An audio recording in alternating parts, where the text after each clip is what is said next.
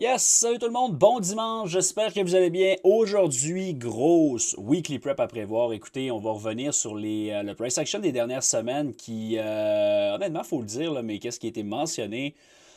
Honnêtement, c'est toujours quand même pertinent, mais tu sais, quand on est dans un price action où il n'y a pas grand-chose de comme, entre guillemets, spectaculaire à tirer, où ce que c'est relativement facile d'avoir soit raison, soit tort, ou si tu as tort, tu es facilement capable de flipper et tu sais, ça n'a pas un énorme impact sur votre trading dans la majorité des cas. Mais quand tu arrives dans ce genre de situation-là, dans ce genre de price action-là, où ce que la panique peut sembler s'installer un petit peu, OK, on est en train de complètement crasher, on est en train de pull back. C'est là où ce que avoir certaines connaissances, puis ce genre de weekly prep-là, ce genre de vidéo-là peut vraiment être avantageux. Puis comme honnêtement, si vous regardez rapidement, là, on va revenir, comme à l'habitude, revenir sur la semaine passée, regarder pour se préparer avec le calendrier économique qui s'en vient et finalement finir ça avec le technique. Mais si on commence par le retour sur la semaine passée, qu'est-ce que je vous mentionne depuis littéralement les 3 dernières semaines? Oui, comme j'ai mentionné, je ne m'en suis pas caché. À ce moment-là, personnellement, j'anticipais peut-être un follow-through et un breakout plus majeur vers un blow-off. Par contre, le fait qu'on a tourné right on time le mercredi de l'OPEX, à ce moment-là, lorsqu'on a fait la préparation pour les semaines suivantes, je vous mentionnais que j'étais 100% bearish vers où? Vers initialement les lots de l'élection, mais ultimement, je vous ai parlé à plusieurs reprises du fameux lot du FOMC qui est ici, à l'intérieur du void en daily. Et c'est exactement là qu'on a frappé le lot la semaine passée. Personnellement, ça n'a pas été une semaine facile de mon côté. Le titre de la Weekly Prep, c'était un price action de rêve. Au final, c'était un price action vraiment très complexe. Vous voyez là, sur ce downside-là, à l'exception du départ, là, qu'on a débuté le mouvement, littéralement, là, depuis comme une dizaine de sessions, on n'a absolument rien créé. Donc, on n'a absolument aucun void. Ben, peut-être lui, là, sur l'SP500, il n'y en a aucun. Mais ça a été très descente en escalier. Aucune panique. Je vous en ai parlé beaucoup. Le VIX réagit bien. Le marché était préparé à ce downturn-là. Et tu sais, littéralement, là, comme j'aime pas braguer, puis ça me fait plaisir de parler de mes mauvais coups également, j'attire votre attention sur littéralement le point tournant de vendredi sur la session qui s'est formé à 11h52. Regardez l'heure que l'alerte a sonné dans le groupe Discord. 11h52, 19, 7, 71 et 75, qui est littéralement là, comme à 10 points près d'une run de quoi? Sur une run de 500 points, on est en mesure de call out le bottom à 10 points près, à la minute près, littéralement. C'est pas tout le temps aussi beau que ça, mais lorsque vous comprenez ce que vous faites et que vous comprenez cette zone-là qui est sur le graphique depuis la semaine passée, en dessous du FOMC low, qui est notre objectif pour la semaine, considérant que le non-farm payroll du matin a donné une session très complexe, drive down, sachant qu'on a Trump et J-Pow en après-midi, c'est ce qu'on avait mentionné. Personnellement, j'étais plus devant les charts. Mais dans le live du matin, comme à tous les jours, j'ai mentionné si on drop sur le non-farm payroll, je m'attends à avoir un counter move, un counter trend move sur le shit show qui va se passer sur l'heure du dîner. Et c'est exactement littéralement ce qu'on a eu vers la livraison du News High. Donc c'est un mouvement qui est de toute beauté. Personnellement, des calls sur QQQ qui ont été postés pour plus de 500% de mouvement. Mais tout ça pour vous dire que c'est une question de compréhension. Si vous pensez encore que c'est impossible de timer ce marché-là, littéralement, c'est ce qu'on a fait sur ce retracement-là depuis 2 semaines. C'est pas simplement regarder le prix, c'est comprendre le contexte. L'OPEX, rappelez-vous, c'est littéralement ce que je vous ai dit, puis là, ça va m'amener un peu plus loin, là, qu'on va discuter tantôt. Mais on a un retracement majeur. Maintenant, qu'est-ce qu'on arrive? Puis on va en reparler tantôt, mais on a frappé les targets et on arrive dans la fenêtre de 2 semaines pré-OPEX vers le quad OPEX de mars que je vous ai mentionné. Si on livre les targets, je m'attends peut-être à un counter-trend move vers l'OPEX de mars et après ça, on va prendre une décision pour le reste de l'année, littéralement. Donc, c'est ce qu'on va discuter ensemble tantôt, mais juste, je voulais revenir sur la semaine passée comme à l'habitude. Tout a été frappé, ça a été littéralement juste de toute beauté, là. Il n'y a pas d'autre chose à dire que ça. Si vous avez écouté la prep de la semaine passée, le petit vidéo également, Market Review, que je vous avais mentionné, être très intéressant. Il n'y a absolument rien de surprenant dans ce qui est arrivé, même que c'est un petit peu impressionnant là, la précision qu'on est capable d'aller chercher lorsqu'on comprend qu'est-ce que l'on fait. Du côté du SP500, ça a été similaire. Tu sais, la semaine passée, je vous mentionnais, il n'y a aucune raison d'aimer quoi que ce soit long, à moins de vouloir jouer un rallye pour shorter. Ça, c'était dans les plans. C'est ce qu'on a eu quand même un petit peu la semaine passée. Mais tant que ça, c'était en place sur le SP500, il n'y avait aucune raison d'aimer du upside. On est venu le puncher relativement rapidement, là, dès mardi matin, on est venu le puncher. Et c'est ce qui a expliqué que, bon, mardi, reste de la journée, mercredi et jeudi, ça a été des sessions relativement plus complexes. Non-farm payroll vendredi, on est allé puncher les lots. Et là, ça met la table vraiment pour quelque chose de très intéressant pour cette semaine. Du côté du dollar US, par contre, celle-là, j'ai pas de misère à donner mes bons coups, pas de misère à donner mes moins bons également, mais celle-là, on était complètement champ gauche. C'est la beauté un peu, là, quand même, quand je dis qu'on peut être champ gauche rapidement. Quand je suis très confiant sur un côté et qui est invalidé rapidement, ça donne vraiment le setup. L'invalidation d'un côté va valider un mouvement agressif de l'autre. Je mentionnais que le fait qu'on ait closé over ce high-là le vendredi précédent me donnait confiance avec un alignement sur down move indice, up move dollar US. Finalement, comme le lundi matin, on a gap and go relativement quick. À partir de mardi, quand on a take out ces lots-là, le bias devenait assez clair. On voulait aller graviter vers ce bloc-là et le fameux gap là, que j'avais discuté. Si on zoom out un petit peu en une heure, vous voyez ce gap-là ici qui traînait. Là. Ça monte d'ailleurs justement aux élections américaines. Donc on avait gap and go. On n'oublie jamais, le graphique n'oublie jamais les gaps. Regardez la précision. On ne peut pas dire que c'est du hasard après encore cette chute-là. Au pip près, là, littéralement, sur le lot. Du côté de l'euro, évidemment, lorsqu'on a vu le dollar US prendre son manger une volée, ben l'euro, je veux dire, ceux qui me suivent le savent, j'étais très bullish sur l'euro pendant quand même très longtemps, à l'exception de la semaine passée. On avait bien call out ce retracement-là et la réaction en dessous de ce swing low-là était pivot. On avait closé en dessous, créé un void. Je vous ai mentionné, tant que ce void-là demeure ouvert, je continue à penser qu'on va driver lower. Finalement, gap and go le lundi, close over, retest, explosion vers où? Bon, vers les targets qu'on avait discuté vraiment beaucoup ensemble au cours des derniers mois. On est vraiment, c'est un bon breakout, là, on va se le dire. C'est vraiment très, très puissant comme mouvement. Ça va être intéressant de voir la suite là-dessus, mais ça en dit quand même pas mal. Petit retour sur le VIX, encore une fois, le VIX continue de grinder. Ça, c'est peut-être une des analyses que je suis le plus fier en confluence avec les indices. Mais c'est assez classique, je veux dire, on n'a pas vu de spike, on a vu un VIX gravité plus haut en trouvant un support, qu'est-ce qui m'a jamais fait à aucun moment dans ce down move-là, dire OK, je pense qu'on a bottom. Donc, on pourra en discuter un peu plus tantôt, mais c'est vraiment intéressant de comprendre la volatilité. C'est pas juste le VIX, mais c'est comprendre ces concepts-là. Voilà pour ça. Maintenant, si on regarde un peu du côté du calendrier économique, qu'est-ce qui nous attend cette semaine? C'est une semaine un petit peu, en fait, très chargée, encore une fois. Un lundi un peu plus relax. Par la suite, mardi, GOLTS Job Opening. C'est un peu weird que ça sorte la semaine suivante, le non-farm payroll. Mais mardi matin, là, quand même une nouvelle à considérer. Sinon, c'est assez tranquille. La vraie action commence mercredi avec le fameux CPI, donc on le sait, c'est quelque chose de très important. Interest Rate Decision aussi du côté canadien, pour ceux que ça intéresse, c'est toujours le fun un peu de voir ce qui se passe chez nous.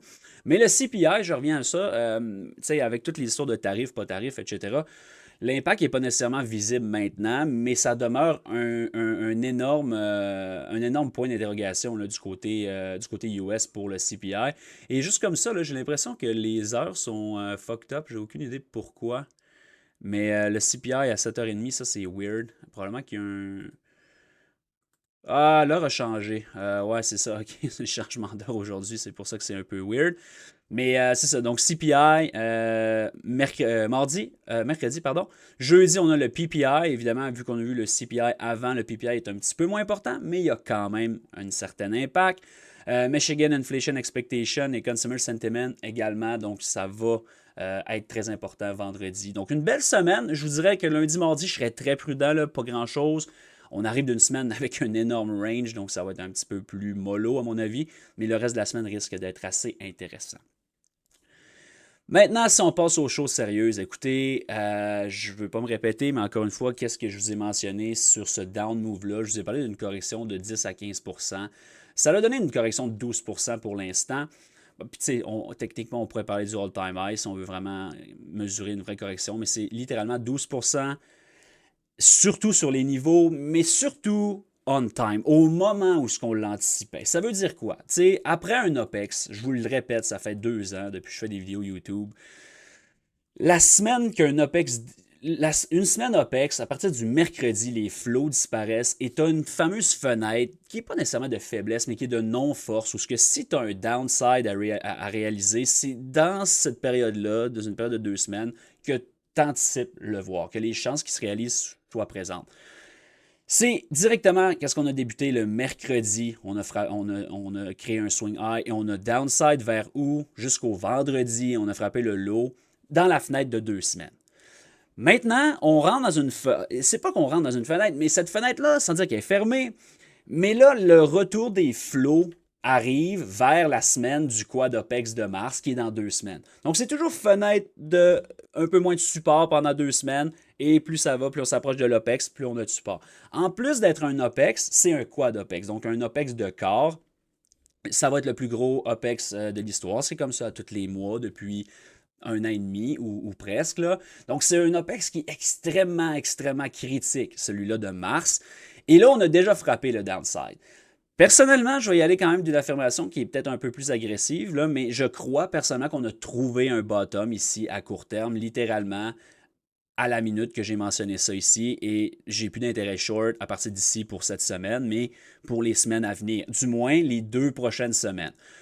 Comprenez-moi bien, si jamais en début de semaine, on démontre un désir de vouloir retourner plus bas, ça serait quand même un gros statement. C'est pas impossible. Vous allez surveiller vraiment comment on travaille autour du swing low. C'est sûr que si ce swing, en fait, c'est pas encore un swing low, comprenez-moi bien, là, mais autour du low de vendredi, si jamais on explose ça en créant un void, là, on pourrait parler qu'on est un petit peu fucked. On pourrait parler qu'on va aller probablement pas mal plus bas, à mon avis.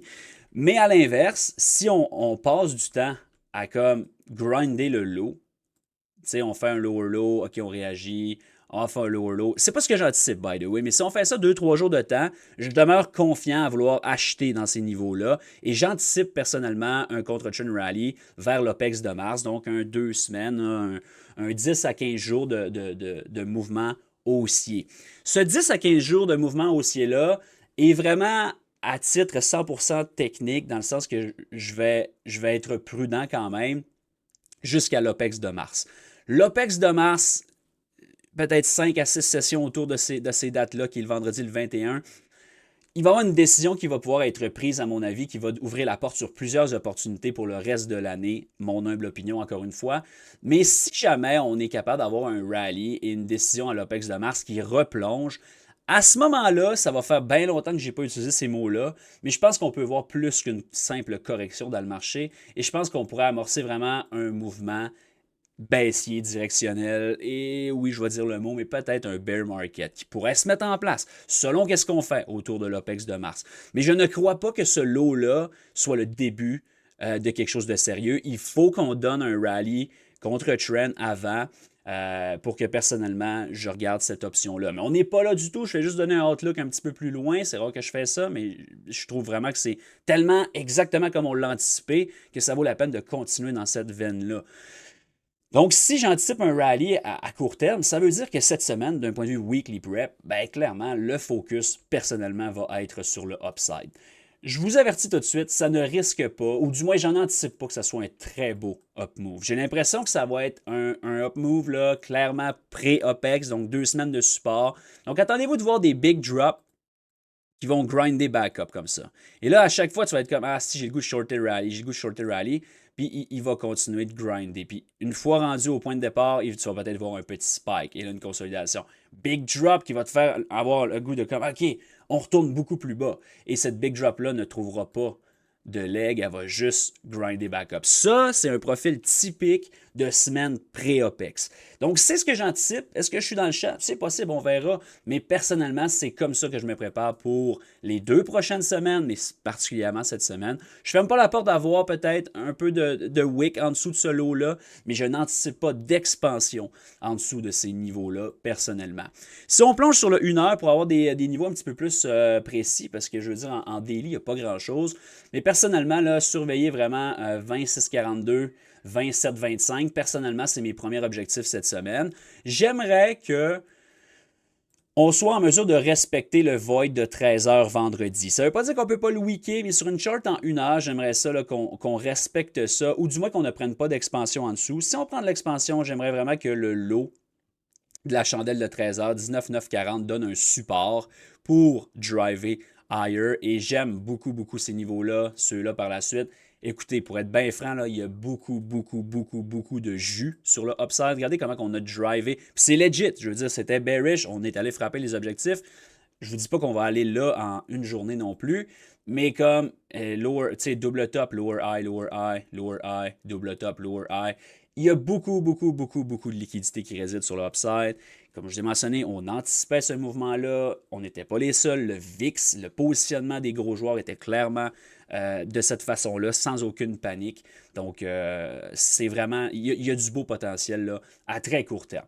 Encore une fois, vous voulez quand même respecter, une fois qu'on frappe ça, vous voulez observer. Si jamais on frappe un niveau clé que je viens de vous identifier ici, puis par la suite, on va reperdre le lot, ben là, ça serait peut-être un signe beaucoup plus important d'un point de vue bearish. Vous voulez surveiller comment on travaille autour du swing low également. Est-ce qu'on crée un void? Si c'est le cas, il y a de la place. Là. Pour vrai, tu sais, je vais y aller encore une fois d'une affirmation strictement d'opinion personnelle. En fait, c'est juste ça que je donne, mais si jamais on smash ce lot-là avec vraiment de la conviction, je m'attends à ce que les lots de l'été passé soient attaqués relativement rapidement. C'est pas ce que j'anticipe, mais si ce lot-là est pété vraiment violemment et qu'on respecte le void et qu'on s'en éloigne, je m'attends à ce qu'on ait encore un 10% de downside. C'est pas ce que j'anticipe. Personnellement, encore une fois, à partir de maintenant, j'anticipe un rally. Je suis plutôt bullish vers l'OPEX de mars et une prise de décision sera faite à partir de l'OPEX de mars pour le reste de l'année. Mais on va commencer par quelques semaines, quelques mois, mais ce serait vraiment ça le outlook pour le moment.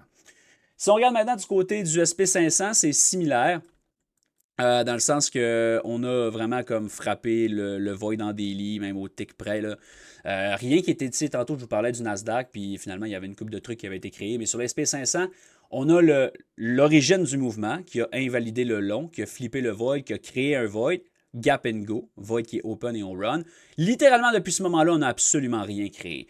Donc, c'est un downside en escalier qui n'est pas vraiment super. Donc, ça, ça a quand même été beau, mais la semaine passée, était un petit peu moins intéressant. On a frappé encore une fois la même chose. Personnellement, je m'attends à un rally contre trend vers l'OPEX de mars. Si on regarde en 1 heure pour vous donner des niveaux un petit peu plus pointus. On va commencer évidemment par ce top-là à 58,50. Ça serait mon premier objectif cette semaine, mais mon réel objectif serait ce void-là sur la chandelle du 3 mars à 14h. Je m'attends à ce qu'on vienne naviguer là-dedans cette semaine. Ça va être mon premier point de référence. C'est un rallye quand même de 2-3%. Ça serait pas mal mon objectif là, easy, si on peut dire. Je m'attends à ce qu'on gravite vers ça. Une fois que ça s'est frappé, je deviendrai un petit peu plus, tu sais, comme je l'ai dit, c'est un rally jusqu'à preuve du contraire. Je pense qu'on va grinder up. Je m'attends pas nécessairement à ce qu'on squeeze. Je m'attends pas à ce qu'on squeeze big time, mais avec tout le juice qu'on a, c'est possible qu'on le fasse. Ça serait mon prochain objectif. Là. Si on est capable de breaker ça, donner un certain support, je m'attends à ce que ça accélère relativement rapidement. Et 6070 serait le prochain point d'intérêt. Je ne m'attends pas nécessairement à voir ça cette semaine, mais ça serait mon prochain objectif si jamais on veut vraiment être très violent. Juste une chose que j'ai oublié de mentionner, mais c'est juste pour vous donner un visuel. Vous le savez, je déteste les gens qui comparent des charts comme 2008, 2000, puis là tu montes ça avec aujourd'hui, ah, ça ressemble à ça. C'est de la grosse bullshit parce que c'est pas du tout le même contexte, pas du tout le même environnement. Par contre, quelque chose que j'aime bien, puis que c'est pas nécessairement le même environnement, mais c'est un petit peu le même contexte, et surtout d'un point de vue positionnement, d'un point de vue OPEX. Rappelez-vous, début 2022, OK, on avait eu un premier leg, je vous l'accorde, mais on avait commencé un downturn un peu plus important comme sur l'OPEX de février également. Regardez littéralement, là, c'est littéralement pratiquement au jour près, là, quand est-ce qu'on avait amorcé un bounce, qu'on avait frappé un low. Les 2 semaines, puis tu sais, mettons qu'on le met comme ça, là. Les 2 semaines, avant l'OPEX le quad OPEX de mars, qui était, bon, probablement comme le 25 ici. Donc, ce rally-là contre Trend, vous voyez, on a quand même, c'est un monster rally, là, comme c'est 15% en 2 semaines qu'on avait fait. On avait été chercher un lot important, le lot de l'OPEX de février. Et après ça, Quad Opex de Mars, prise de décision. C'est exactement le même contexte. Je vous dis pas que c'est, je vous parle pas de prix, je vous dis pas que c'est ce qui va arriver. Je vous dis juste que la fenêtre et le contexte, ici, c'est similaire à ce qui est arrivé en 2022. On amorce un down move on time, on fait un mouvement contre-trend vers un moment critique qui est le quad Opex de Mars et une prise de décision qui se prend à partir de là. Si ça c'est soutenu, on s'en va faire des new all-time high. Tout est une question de positionnement. Finalement, qu'est-ce qu'on a fait? On a replongé, ça a été le début d'un bear market. C'est exactement le concept ou la compréhension que j'ai actuellement du marché à ces niveaux-là. Les 2 prochaines semaines vont dicter la suite des choses pour moi dans le marché pour cette année.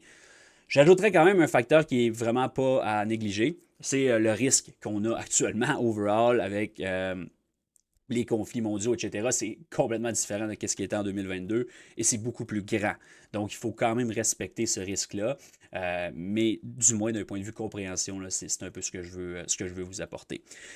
Si on regarde un peu du côté du dollar US maintenant, clairement, les confluences entre indices et dollar US sont complètement déconnectées. Ça fait quasiment un an que c'est le cas, donc il ne faut pas se surprendre de ça. Mais je vous dirais que lui est vraiment dans un point pivot, là. On a initialement comme eu un genre de fake down ici. En haut. Tu sais, là, je suis sur une weekly chart, mais rappelez-vous, on a eu ce fake out-là. Je vous mentionnais, je pense qu'on peut snapper back. On a aimé le upside vers où? Vers le range break, évidemment, à l'intérieur de ce void-là en weekly, qu'on n'a jamais closé, by the way. Donc ça, c'est toujours une portion qui est ouverte. On n'a pas balancé au complet ce niveau-là. Et là, on a comme commencé à pull back. Je trouve que c'est vraiment comme easy. Et ça pourrait très bien être un swing low qui se forme avant de revoir un move. Mais qu'est-ce que je veux que vous compreniez, c'est que ce range-là, ici, là, regardez où est-ce qu'on frappe.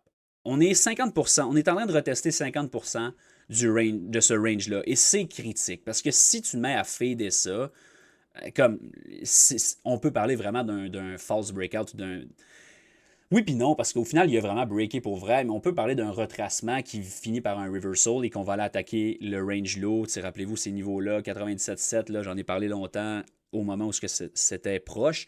Mais ça va être très violent sur le downside. Mais pour l'instant, on est en train de retester un niveau critique qui est 50% du range. Donc, il ne faut pas virer fou. On a juste balancé le gap des élections. Donc, je serais surpris, pas surpris, mais je ne m'attends pas nécessairement à un swing low qui fait un V-shape, mais comme peut-être un petit rally,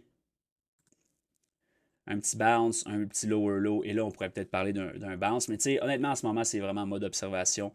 Je serais quand même prudent là-dessus. Mais c'est assez joli, là, que ce soit un follow-through down ou un reversal. Dans tous les cas, c'est relativement très beau. L'euro, écoutez, il n'y a pas grand-chose à dire. C'est vraiment de toute beauté. J'étais un petit peu mad d'avoir manqué le réel big move que j'anticipais. Mais bon, on en a quand même beaucoup profité. Là, 3 wins, un break-even, un loss là-dessus au cours des derniers mois. Mais ça a été quand même un méchant beau breakout. Et c'est un peu la même chose. Sur la weekly chart, là, comme ce void-là était une référence. Maintenant, est-ce qu'on est capable de le soutenir? Si la réponse c'est oui, je pense qu'on peut vraiment avoir le même scénario où on anticipait peut-être un fake-out ici pour une direction, mais guess what que ce serait ce fake-out-là qui vient d'arriver ici et on reverse, ça va être très très violent. Donc dans tous les cas, je pense qu'il y a du beau price action qui s'en vient sur le Forex. Et si du beau price action s'en vient sur le Forex / $US, il y a du beau price action qui s'en vient sur les indices parce que c'est extrêmement corrélé. Si on regarde sur la daily chart, ça va être un peu la même chose, là. Est-ce qu'on est capable de closer ce void-là pour aller attaquer le swing high qui est ici? Un pullback pourrait vraiment être intéressant, mais comme à court terme, c'est un peu difficile d'aimer quoi que ce soit. J'ai besoin de le voir mettre en place une certaine consolidation. OK, un punch pour une confiance ou un punch up pour une confiance down. Donc on verra, mais pour l'instant, il n'y a pas grand-chose de très facile à lire là-dessus. Je vais me tourner une dernière fois vers le VIX pour aujourd'hui. C'est sûr que je trouve pas qu'on a eu un énorme spike, pour être bien honnête, là, pour frapper un bottom, que je peux dire que c'est un low, comme un peu je l'ai affirmé sur le Nasdaq et le SP500. Je trouve pas qu'on a eu un gros spike sur le VIX, mais on a quand même frappé le gap qui était, je sais pas si j'en avais parlé dans la Weekly Prep, j'en avais assurément parlé dans le Discord, mais ce gap-là était votre premier objectif, le 26, 26.5 sur le VIX. On l'a punché vendredi matin. c'est pas un énorme. Je trouve pas que la volatilité s'est réalisée beaucoup pour être capable de la crusher big time. Mais encore une fois, je vous ai parlé d'une fenêtre de 2 semaines de rallye. Donc, ça va être intéressant de voir le VIX. Je pense pas qu'il se fasse crush comme. Je pense pas qu'on le revoit. Ben, c'est embêtant. Honnêtement, c'est très embêtant. J'ai vraiment hâte de voir comment que le VIX va travailler si jamais on a un rallye. Ça va être vraiment là, très intéressant de surveiller ça. Mais anyway, pour une période de 2 semaines, personnellement, je ne suis pas en train de vous parler de dip buying. Ben, en fait, c'est une opportunité intéressante, mais il va falloir gérer votre risque en confluence avec le temps et où on se situe là, par rapport à cet OPEX-là. Pas mal ça pour le résumé de cette semaine. Petit mot sur le gold peut-être, là, quelque chose qu'on call out quand même à l'occasion dans le groupe. Si on regarde en 1 heure, on est vraiment la semaine passée, j'ai call out un beau long là-dessus. Par contre, tant qu'on n'est pas over cette zone-là ici, là, j'ai pas d'intérêt à jouer quoi que ce soit. On est dans une méga consolidation. Des grosses divergences avec le dollar US également de ce côté-là. Donc, je vous dirais, le temps qu'on n'a pas comme closé strong ici, personnellement, c'est difficile pour moi d'aimer quoi que ce soit, mais si on le fait, je pense qu'on peut voir un new all-time high relativement quick. Attendez-vous de voir de la volatilité sur le CPI cette semaine. Sinon, à l'opposé, là, il y a quand même pas mal de place sur le downside si jamais on veut vraiment rejeter encore une fois cette zone-là. Quelques stocks à surveiller pour vrai, c'est un drôle de tournant qu'on a eu, puis chaque timing est vraiment off avec les large caps, comme le bounce de vendredi est vraiment puissant sur les indices et semble avoir printé un low, comme je vous ai mentionné, mais il y a plusieurs large caps que je ne suis pas certain de cette chose-là. Mais je pense personnellement qu'on peut regarder pour des short-term bounce, encore une fois vers une fenêtre de mars, peut-être une fenêtre de 2 semaines sur plusieurs large caps. Tesla fait partie de ceux-là. On est allé frapper 2,50. C'est un genre de pattern que j'aime bien. Là. Gap and go, first bounce, lower low. OK, on pourrait avoir le go pour au minimum un retour vers 300. Donc Tesla, assurément à surveiller. Un titre comme Apple, je ne suis vraiment pas un fan de ce qu'il a fait. Le short a bien fonctionné, on en avait parlé. J'avais même call out un trade là-dessus. On a vu un lower low, c'est un mouvement de 4-5%. Je ne sais pas à quel point j'aime quoi que ce soit. Du moins sur la Daily Chart, je ne suis pas un fan, mais il y a quand même d'autres titres qui sont intéressants, peut-être comme AMD. J'aime la divergence peut-être avec d'autres stocks là-dessus. Donc on n'a toujours pas frappé l'objectif que j'avais ici. Donc, je serais quand même prudent, mais tu sais, là, on est en train de consolider autour du chiffre 100. Un short-term bounce, peut-être d'une dizaine de points, pourrait vraiment être intéressant également sur AMD. Mais tu sais, là, j'avais plusieurs alertes pour un short sur un rally sur pas mal toutes les large caps qu'on n'a jamais eu. Ça va demeurer extrêmement pesant. Je ne shorterai pas le prochain rally. J'attendrai de prendre une décision autour de l'OPEX de mars, comme je viens de vous expliquer. Ça, c'est personnel. Mais, encore une fois, acheter le dip maintenant, je trouve que c'est un bon dip pour une courte période qui pourrait s'étendre plus long. Et shorter le rally pourrait être un très bon short qui pourrait également s'étendre sur une longue période. D'un point de vue risk-reward, c'est des trades qui sont littéralement A+++, à mon humble opinion. Donc, à vous de gérer un peu votre risque là-dessus. Ça ressemble à ça, un titre comme Google que je trouve pas très beau, là. C'est comme un peu plus ce genre de stock-là qui m'inquiète un petit peu sur ça. En fait, ça m'inquiète pas parce que ça aille down encore 20% ou up 20%, ça change pas grand-chose à ma vie. Dans les deux cas, ça va être de la belle volatilité, mais comme pas beaucoup d'aide pour la lecture lorsque je regarde un titre comme Google en ce moment. Ça ressemble à ça. Écoutez, pour être bien honnête, je vous ai parlé la semaine passée des changements sur Discord, du retour comme sur les niveaux de la semaine précédente, etc. Ça a été une semaine complètement folle pour moi, là. Une semaine difficile en trading, mais j'ai mis beaucoup de temps sur la refonte de ce Discord-là. Ça s'en vient, je repousse d'une semaine. Là, cette semaine, ces niveaux-là vont être transgressés dans le Discord. Mais je vous prépare une méga promotion et même un free trial pour tout le monde dans le nouveau Discord. La Weekly Prep de la semaine prochaine, ça va être annoncé. Vous allez avoir un lien qui va vous offrir 3 à 5 jours free sur le Discord, accès à tout. Les call-outs, les lives, les swings, etc. Donc, vous allez pouvoir voir si ça vous plaît et par la suite voir si ça vous tente de rester avec nous autres plus longtemps. Mais c'est un gros changement dans le Discord. Il va également avoir des nouvelles personnes qui vont poster des charts, etc. Donc, c'est un gros changement. Je pense vraiment que c'est pour le mieux. Je veux m'assurer d'être à 100% prêt avant de launcher ça, donc ça va être repoussé encore d'une semaine. Mais manquez pas ça la semaine prochaine, ça va être présenté dans la Weekly Prep. Je vous souhaite une belle semaine, soyez prudents, venez nous rejoindre quand même, là, on trade en live tous les jours, que ce soit maintenant ou pas, je veux dire, le Discord roule encore. Plusieurs belles opportunités qui s'en viennent à mon avis. Sur ce, bonne semaine, bon dimanche et on se voit demain. Salut tout le monde.